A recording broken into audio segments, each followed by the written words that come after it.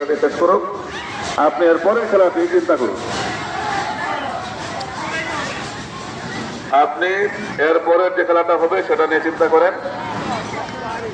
উত্তর দিকের যারা বিচারক মন্ডলীর দায়িত্ব পালন করতেছে তারা শেষ করুক এটা, দক্ষিণ দিকে যারা আছে তারাও শেষ করুক। কিন্তু আপনি এর পরবর্তী যে খেলা হবে সেটা